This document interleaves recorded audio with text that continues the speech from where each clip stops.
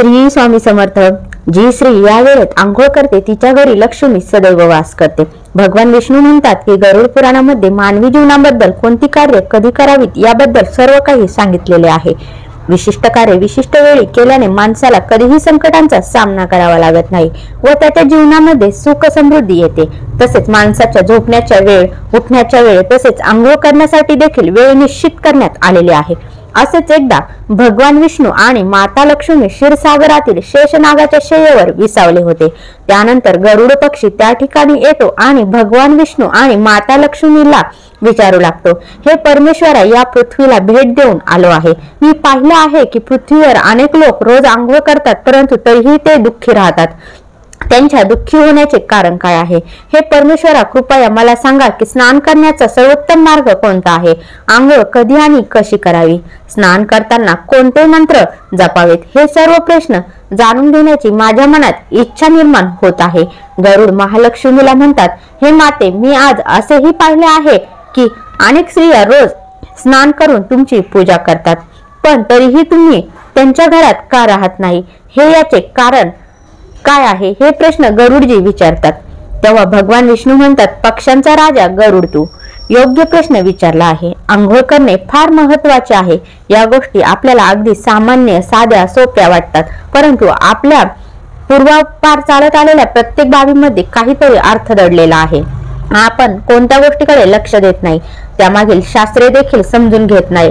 आंघोळीने शरीर शुद्ध होते आणि मनुष्य पूजा वगैरे कर्मकांड करण्यास पात्र होतो। त्यामुळे माणसाने रोज आंघोळ करावी। तुमच्या सर्व प्रश्नांची उत्तरं देण्यापूर्वी मी तुम्हाला एक अतिशय पवित्र गोष्ट सांगतो, तुम्ही ती लक्षपूर्वक ऐका। या कथेत तुम्हाला तुमच्या सर्व प्रश्नांची उत्तरं मिळतील। असे सांगून भगवान विष्णूंनी गरुडजींना स्नानाचे महत्त्व सांगणारी एक कथा सांगितली, जी सर्व मानवांनी लक्षपूर्वक ऐकली पाहिजे। ही कथा श्रवण केल्याने मनुष्याला शेकडो तीर्थक्षेत्रात स्नान करण्याचे पुण्य प्राप्त होते। म्हणून तुम्ही सर्वांनी ही कथा पूर्णपणे नक्की ऐका। पण त्याआधी व्हिडिओमध्ये पुढे जाण्याआधी जर तुम्हालाही भगवान विष्णूंचा आशीर्वाद हवा असेल तर व्हिडिओला संपूर्ण पहा आणि चॅनलला सबस्क्राइब करून कमेंटमध्ये जय हरी नक्की लिहा, श्री स्वामी समर्थ नक्की लिहा। चला तर मग व्हिडिओला सुरुवात करूया। भगवान विष्णू म्हणतात, पक्ष्यांचा राजा गरुड ही प्राचीन काळातील गोष्ट आहे। मध्य देशात एक अतिशय सुंदर शहर होते। तिथे एक श्रीमंत व्यापारी राहत होता। त्याला 3 मुली होत्या। आपल्या मुलींना कधीही काहीही कमी पडू दिले नाही। त्यांनी त्यांना मोठ्या प्रेमाने, लाडाने वाढवले होते। त्यांच्या मुली स्वभावाने खेळकर होत्या आणि अतिशय सुंदर देखील होत्या। वडिलांनी सर्व कर्तव्ये पार पाडली, आपल्या मुलींना सर्व काही दिले, परंतु त्यांनी एक चूक केली, ती म्हणजे त्यांनी आपल्या मुलींना शास्त्राचे आणि योग्य संस्कार याचे ज्ञान दिले नाही। आयुष्यात सर्व काही मिळूनही त्यांच्या मुलीचे आयुष्य अपूर्ण होते। ज्ञानाशिवाय मनुष्य पूर्ण होत नाही। पैसा, संपत्ती आणि सौंदर्य असूनही प्रत्येक स्त्रीकडे जे असायला हवे ते ज्ञान त्यांच्या मुलीकडे नव्हते। मग त्यांच्या 3ही मुली तरुण झाल्यानंतर त्या शेठने आपल्या 3ही मुलींची लग्न एका चांगल्या कुटुंबात केली। 3ही मुलींचे पती मोठे उद्योगपती होते आणि ते सर्व राजवाड्यात राहायला गेले। त्यांची 3ही मुली सुद्धा राहायला गेल्या, आपल्या घरी गेल्या। आपल्या घरी गेल्यावर त्यांचे स्वागत करण्यात आले। लग्नानंतरचे सर्व विधी पार पडले। तिघींचे सासरचे लोक त्यांचा आदर करत होते आणि त्या तिघीही इतरांशी प्रेमाने वागायच्या। त्यांच्या सासरच्या घरी प्रेमाने राहू लागल्या। तिघी सुद्धा सकाळी उशिरा उठायच्या, आंघोळ उशिरा करायच्या, कधी कधी आंघोळ न करता जेवायच्या, अधूनमधून पूजा करायच्या। सासूने त्यांना अनेक वेळा समजावून सांगण्याचा प्रयत्न केला, पण त्यांनी त्यांचा सल्ला ऐकला नाही। त्यांचे काहीच ऐकले नाही आणि स्वतःचे काम करू लागले। पण जसं जसं वेळ निघून गेला तसं तसं त्या 3ही मुलींच्या सासरच्या घरात अडचणी निर्माण होऊ लागल्या। तिघींच्या पतींना व्यवसायात आर्थिक तोटा होऊ लागला आणि हळूहळू त्यांचा संपूर्ण व्यवसाय बुडू लागला। इतरांकडून कर्ज घेऊन व्यवसाय चालवायला सुरुवात केली, पण तरीही त्यांना तोटा सहन करावा लागला। त्यामुळे घरात सतत कलह होत होता, पुन्हा पुन्हा मारामारी होऊ लागली। जेव्हापासून या तिघी त्या घरात राहायला गेल्या होत्या तेव्हापासून त्यांच्या घरात संकटे येऊ लागली। 3ही बहिणींना त्यांच्या सासरच्या घरात पैशाची इतकी कमतरता की त्यांच्या घरातून सर्व काही गमवावं लागलं आणि त्या सर्व एका झोपडीत राहू लागल्या। परंतु तिघी बहिणींना झोपडीत राहणे पसंत नव्हते, त्यामुळे सासरचे घर सोडून माहेरी आल्या आणि वडिलांसोबत राहू लागल्या. परंतु घरी आल्यानंतरही त्यांच्या सवयी बदलल्या नाहीत आणि घरी आल्यानंतरही तिघी बहिणी मोठ्या थाटामाटात वडिलांकडे जगू लागल्या. तिथेही तिघी उशिरा उठायच्या, उशिरा आंघोळ करायच्या, कधी आंघोळ करायच्या नाही तर कधी आंघोळ न करता जेवायच्या.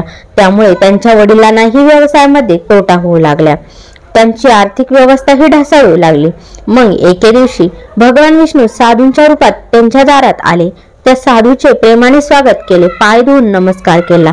तेव्हा शेठला जवळ बोलावून साधूच्या समोर उभे केले आणि त्यांच्याबद्दलची संपूर्ण हकीकत सांगायला सांगितले.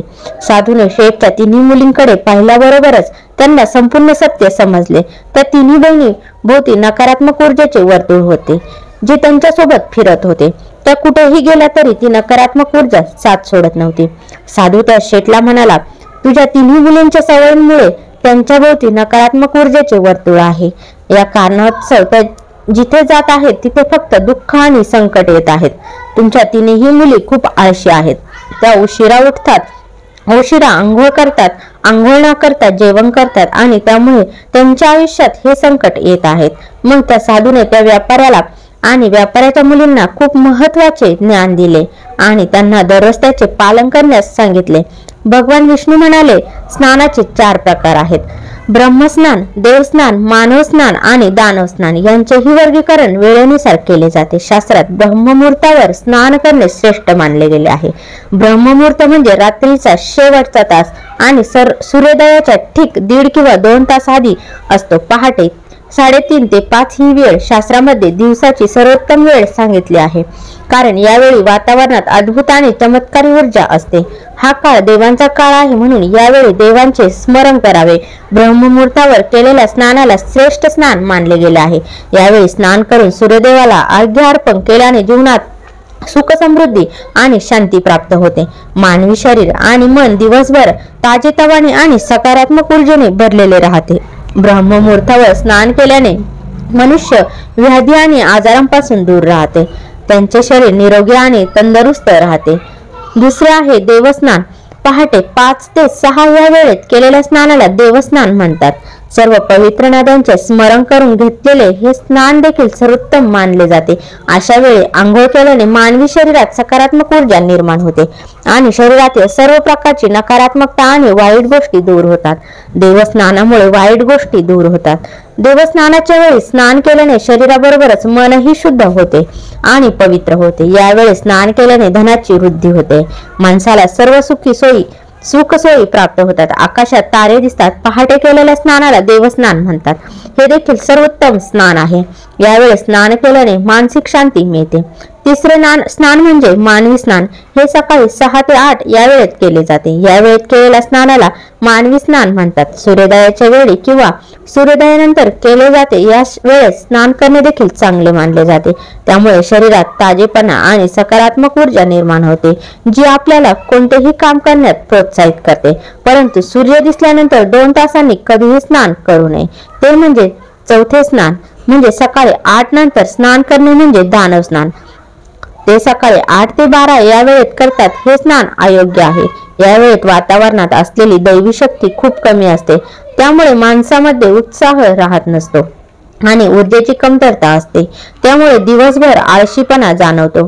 दिवसभर शरीरात सुस्ती जाणवते, ही भावना राहते. त्यामुळे कोणतेच काम करावेसे वाटत नाही.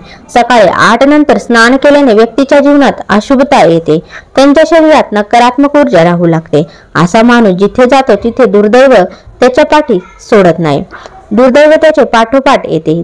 तुझ्या तिन्ही मुली सकाळी उशिरा आंघोळ करायच्या, त्यामुळे सासरची सर्व संपत्ती नष्ट झाली आणि आता तुमची मालमत्ता देखील नष्ट होत आहे. जे लोक सूर्य उगवल्यानंतरही आंघोळ करत नाही, त्यांच्या मनात राग, द्वेष, नकारात्मकता, कमजोरी आणि चिडचिड दिवसभर राहते. त्यामुळे त्यांच्या कामात अडचणी येतात. म्हणून रोज ब्रह्मस्नान करावे. तसेच मानवी स्नान करण्याचाही सल्ला दिला जातो. या पवित्र मुहूर्तावर दररोज उठून स्नान करावे. पूर्ण भक्तिभावाने देवाची आराधना, प्रार्थना, पठण व सूर्यदेवाला अर्घ्य अर्पण केल्याने आपले शरीर तसेच मन शुद्ध आणि पवित्र होते आणि आपल्या अनेक समस्या दूर होतात. आणि आपल्यातील सर्व प्रकारची नकारात्मक ऊर्जा दूर होते आणि सुख समृद्धीचा मार्ग देखील मोकळा होतो। संध्याकाळी आणि रात्री आवश्यक नसल्यास अजिबात स्नान करू नये। भगवान विष्णू म्हणतात, आता मी तुम्हाला अत्यंत महत्त्वाच्या मंत्राबद्दल सांगणार आहे, ज्याचा जप स्नान करताना करावा। म्हणून या मंत्राचा जप करत जो कोणी स्नान करतो त्या क्षणी त्याची सर्व पापे नष्ट होतात, त्याचे दुर्दैव नष्ट होऊन त्याला सुख समृद्धी प्राप्त होते। तो मंत्र मी तुम्हाला आता इथे बोलून दाखवत आहे, तो तुम्ही लक्षपूर्वक ऐकावा। गंगेच यमुने चैव गोदावरी सरस्वती नर्मदे सिंधू कावेरी जलेस्मिन सिन्निध्य कुरु। याचा अर्थ आहे की गंगा, यमुना, गोदावरी, सरस्वती, नर्मदा, सिंधू आणि कावेरी माता, तुम्ही सर्व माझ्या स्नानाच्या पाण्यात या। या मंत्राचा जप केल्याने सर्व तीर्थक्षेत्रात स्नान केल्याचे पुण्य प्राप्त होते। अशा प्रकारे भगवान विष्णूंनी त्या शेठला स्नानाचे महत्त्व सांगितले।